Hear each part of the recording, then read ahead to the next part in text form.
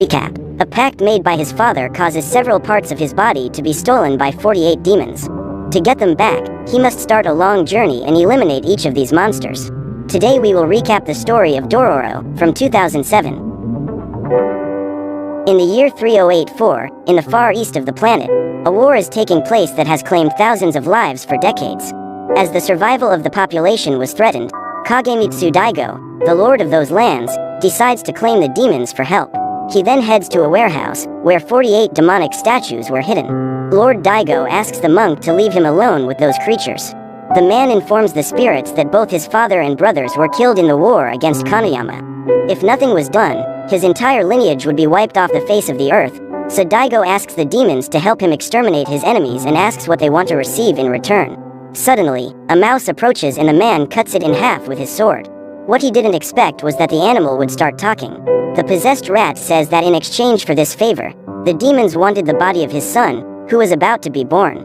Daigo accepts the deal and states that, as payment for receiving the power to exterminate his enemies, each of those creatures of darkness could keep a part of the body of his firstborn. To seal that deal, a strong lightning bolt is sent from the heavens and falls on the warrior's head, leaving a mark on his forehead. The poor monk arrives just in time and discovers that Daigo had made a pact with the demons. To prevent this information from being leaked, he must eliminate the old man. 20 years have passed since then and a mysterious young man approaches a small village. There was an orphan girl living on the streets pretending to be a boy. Since she was alone as a child, she has to commit petty thefts to survive. Meanwhile, the hooded boy enters one of the bars in search of his prey. During the dance performance, a masked woman appears and he makes his way to the stage. Some security guards try to stop him, but the man manages to knock them all down. A swordsman decides to confront him, but the guy uses his own arm to block the attack. However, his limb is torn off and a blade appears in its place. The boy then hits the swordsman a few blows and uses his blade to break the mask that was hiding the woman's true face. At that moment, everyone realizes that this was a demon disguised as a human. Then the monster, which looks more like a giant evil crab, attacks the boy and tries to eliminate him with its long claws. When the creature finally manages to hit him, the young man's body regenerates. The orphan girl was passing by and sees several people running away from the bar. Curious, she enters the place to find out what all the commotion is about and takes the opportunity to hide from some guys who were chasing her, because the girl had stolen all their money. As she does so, she is able to witness the exact moment when the boy rips the demon's head off with the blade embedded in its body. As he was retrieving one of his arms, the creature's entire body explodes. Soon after, one of the men who was looking for the girl shows up at the bar and tries to force her to return his money. At that moment, he is distracted by seeing the warrior regenerating his left arm. As he walks out of the bar, he falls to the ground and something bizarre happens. A prosthesis comes off his leg and a new limb is born there. When this happens, the prosthesis falls apart and turns to dust. Upon witnessing this scene, both the young woman and the man who was chasing her are frightened and try to run away. But the mysterious boy slowly approaches and asks what he looks like after gouging out his own eye. The two intruders finally manage to get out of that place and try to hide from the aberration, but the young woman takes the opportunity to strike her pursuer and goes after an old man to get more information regarding the demon exterminator. He tells how, 20 years ago, there was a sorcerer who sought to perfect his magic. While gathering medicinal herbs by the side of a stream, he spotted a wooden bowl floating by. When he managed to pull the object out of the water, he found a creature without any limbs wrapped in a piece of cloth. By some miracle, that thing had managed to survive even without its limbs and most of its organs, so the man took it to his home and decided to help it to continue living. He discovered that this was actually a human baby, and the sorcerer decided to give him a body so that it could move around. So the man traveled to a village that had been demolished by the war and collected some bodies of children who had died.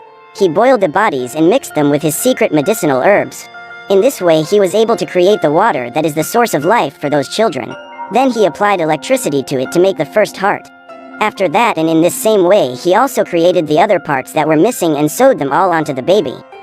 Sometime later, this old man who's telling the story went to the sorcerer's house where he was met by demons in children's bodies. He hands the sorcerer a sword and says that the boy will need it in the future because the weapon was forged to kill demons. That same night, the old man leaves, and after using electricity one more time, the child manages to get up. The sorcerer then inserts the blades into the boy's arms and uses prosthetics made from human bodies to cover them. When the boy became a little older, the man began to train him to fight. The child's mental powers were able to compensate for his lack of sight and hearing. Years later, while the young man was in the field harvesting medicinal herbs, the sorcerer became ill and eventually passed away.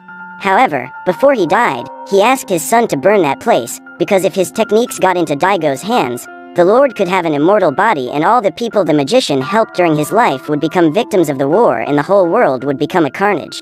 After setting the house on fire, the young man hears a voice coming from among the rubble. This voice tells him about the 48 demons that have stolen his body parts, and that in order to get his limbs back he must kill the demons that stole them with the blade that is stuck in his left arm. The voice ends by saying that if the young man decides to look for the demons, he will find them naturally because the stolen parts will call for each other. After hearing the story of the boy's past, the orphan girl decides to accompany him in his search for the missing parts of his body. She asks the young man his name, however. He says that she needs to introduce herself first if she wants to know someone's name. At this point, the girl reveals that she doesn't have a name and the man states that he doesn't have a real name either, but everyone who knows him calls him Hyakkimaru. The orphan then says that he can call her Dororo, because that seemed like a perfect nickname for a thief. Although Hyakkimaru tries to stop the girl from following him, she remains determined to go after him and ends up defeating the boy with her insistence. While resting by a stream, a giant demon baby appears and Hyakkimaru accompanies it to the wreckage of a temple that had been burned down. While playing with the spirit, the boy reveals that the thing was made of the souls of dozens of children who had been burned in that place. A few hours later, after taking a nap, Dororo wakes up when she hears some voices. Hyakkimaru gets up immediately and realizes that this couple was bringing offerings to the children who had been killed in that temple. Those were the parents of some of the children who were burned. They abandoned their own children in that place while fleeing from the war, and Dororo says that this attitude is unforgivable.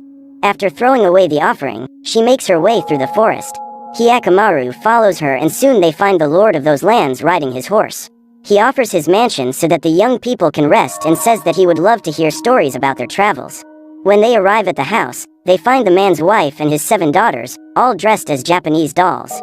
After dinner, the 2 youngsters get ready for bed. Meanwhile, the twins were organizing themselves to decide which one of them they would devour first. After transforming into disgusting larvae, they crawl to the door of their visitors' rooms. The monsters gather around Dororo, but Hyakkimaru was already waiting for them and was ready to face them. When the girl wakes up, the maggots had already been destroyed and the spirit of the children who had been burned was outside the house pointing out where they should go. In the warehouse, the youngsters find a secret passage that leads them to an underground room. There they find human bones and soon realize that those were the remains of the missing children. Hyakkimaru finds dozens of monster eggs similar to those caterpillars that had attacked them. They continue exploring that place and spot a ladder that takes them back to the surface. The boy suspects that the host's wife is a demon who disguised herself as a monk and took in children when their parents abandoned them during the war. Then she would take the children to that house and use their bodies to feed her children. Upon finding out what has happened, the demon woman asks her husband to eliminate those outsiders. Just then, Hyakkimaru arrives at the couple's room and tries to get the man to leave his demon wife, because ultimately she would take everything from him, even his soul.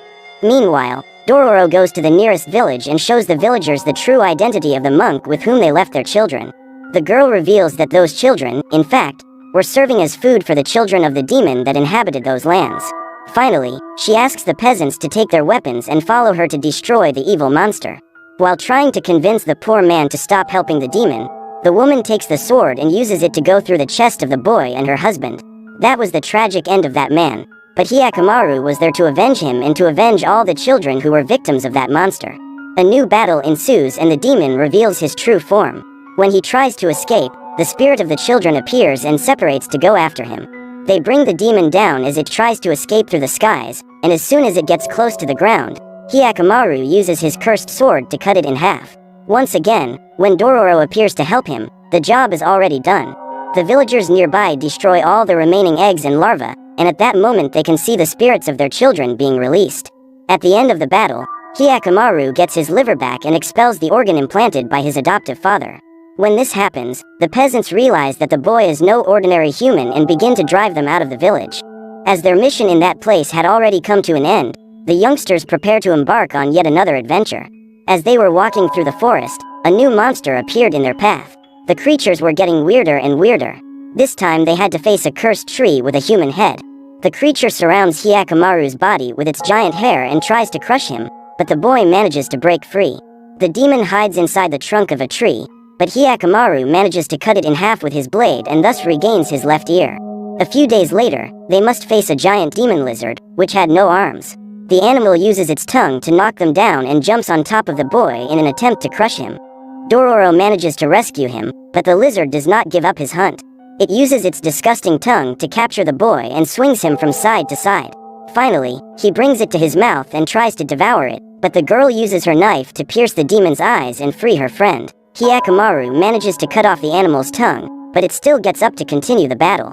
Since its skin was extremely thick, and therefore difficult to pierce, the young man decides to enter the monster's mouth and cut it open from the inside. When the fight comes to an end, Hyakkimaru manages to recover his vocal cords and is extremely happy to finally be able to hear his own voice. The next monster is a hawk demon with whom the boy fights a mid-flight battle. As he was at a disadvantage, he takes a good beating. First he is knocked off the demon's back, then he tries to hit him with a giant rock. Finally, it knocks him off a cliff, but Hyakkimaru uses his blade to stop the fall. Just as he was about to be knocked down, Dororo hits a rock on the monster's head and ends up being chased off. At this point, the boy manages to reach him and strikes several blows to his face. When he finally manages to cut the creature with his sword, the demon says something that puzzles the boy. He says that if he wants to hate someone, let it be his father. Right after saying this, his body explodes, leaving Hyakkimaru full of questions and with a new right arm. A few kilometers ahead, they reach the ruins of the old border between the Kaneyama territory and the Daigo family territory. From afar, they could see Daigo's gigantic castle, and Dororo reveals that it was that man's soldiers who killed her parents. The girl remembers the day her village was massacred by soldiers, who suspected that her people were conspiring against Daigo's reign. Dororo and her mother watched the whole thing while in hiding and saw her father brutally executed, with 2 arrows crossing his head. The girl and her mother were the only survivors of the village and had to wander in search of food. Her mother said that from that day on she would be a strong boy until the day she met a real man, like her father. When this happened, then she could become a woman. A few weeks later, her mother died, and the young woman had to go her own way. As revenge for the death of her parents, Dororo promises that she will hunt down and eliminate every member of that family. Since his right arm had been recovered, Hyakkimaru uses the debris from the war to assemble a sword with his blade. Soon after, 3 of Daigo's servants approach him to interrogate him. Dororo acts hostile and the men threaten to cut her neck. Hyakkimaru then kicks one of the skulls that were lying on the ground and hits the soldier. The girl takes the opportunity to pierce the feet of one of those men with her knife while the boy immobilizes the second soldier. Next, Dororo goes after the servant who was trying to recover his sword and kicks him a few times. The man ends up right in front of the young man, and when he tries to attack him, he takes a single blow and faints. Dororo takes the sword from one of those soldiers, but decides to let them live. The duo heads to the village and tries to infiltrate the villagers, but shortly after Hyakkimaru gets into a fight and is noticed by Tahomaru, Daigo's son, who invites him to the castle. He then invites him to join his army and fight for his country. He then intends to take him to meet his father, but his mother crosses his path and he takes the opportunity to introduce her to a possible new member of his army. The woman approaches the boy and asks him where he got the piece of cloth he was carrying around his neck. As he touches her hands, he has a vision of the day his mother abandoned him at the lake in a wooden basket. Her husband had forced her to get rid of that child, and the woman had no choice. In this way, Hyakkimaru discovers that he is in fact Daigo's firstborn son. She then starts calling him Tahomaru and faints. Her youngest son tries to help her and Hyakkimaru takes the opportunity to get out of the place. Later, the boy's mother tries to explain to her husband that their firstborn had returned, but the man refuses to believe her and claims that his wife is delusional. Later, Dororo meets her traveling partner on the banks of a stream and he informs her that he is Kagemitsu Daigo's son. The young woman doesn't believe him, so the boy asks her to take his hand and shows her everything that happened in the castle. He asks Dororo to kill him, since he has vowed to eliminate all members of the Daigo clan. As she remains unresponsive, Hyakkimaru leaves and promises that he will never appear before her again. But Dororo runs after him and stabs him in the back. Just then, the old man who has followed the boy's entire story suddenly appears and reveals the deal Daigo made with the demons in exchange for his son's body. Hyakkimaru states that he wishes to cut his real father's body into 48 parts so that he can suffer something close to what he suffered, but Dororo forbids him from doing so. According to her, no matter what happens, he could not kill his own father. A few hours later, 2 new monsters appear and attack the boy. They look like rabid dogs in search of their prey, but Hyakkimaru soon manages to destroy them with his blade forged for killing demons. In this way, his two eyes return to his body and the boy can see for the first time. At that instant, Dororo approaches and states that she will give up her revenge against the Daigo clan and asks the boy to do the same. Next morning, Tahomaru gathers his men and goes in search of his brother. Meanwhile, Daigo complains to the demons that, despite having made a pact with them 20 years ago, his country was still at war. One of the monsters then reveals that the cause of this is the fact that his firstborn, whom he had handed over to the demons, is still alive. Upon hearing this, he also decides to go after the boy to finish what should have been done at the moment he was born. When they least expect it, the pair end up being bombarded by Tahomaru's soldiers. Hyakkimaru has the old man take Dororo away from that place while he gets rid of those men. A second bomb is dropped, but the young man manages to dodge it. Before he realizes it, he is surrounded by soldiers and his brother, who is determined to kill him. They exchange a few blows, but Hyakkimaru's goal is to get his brother to give up that idea. However, he does not succeed. They continue the battle until two of the soldiers end up accidentally killing each other. The two brothers get into an intense sword fight and the third soldier approaches to stab him, but his sword is broken and he is eventually killed in battle. Suddenly, the boy's mother arrives at the ruins to find her youngest with a blade in his neck. The blade that had come loose from the soldier's sword accidentally ended up in the boy's neck. After verifying that her son was really dead, the woman takes a knife and threatens Hyakkimaru. But everything changes when Daigo arrives on the scene and she decides to protect her firstborn from her husband's wrath.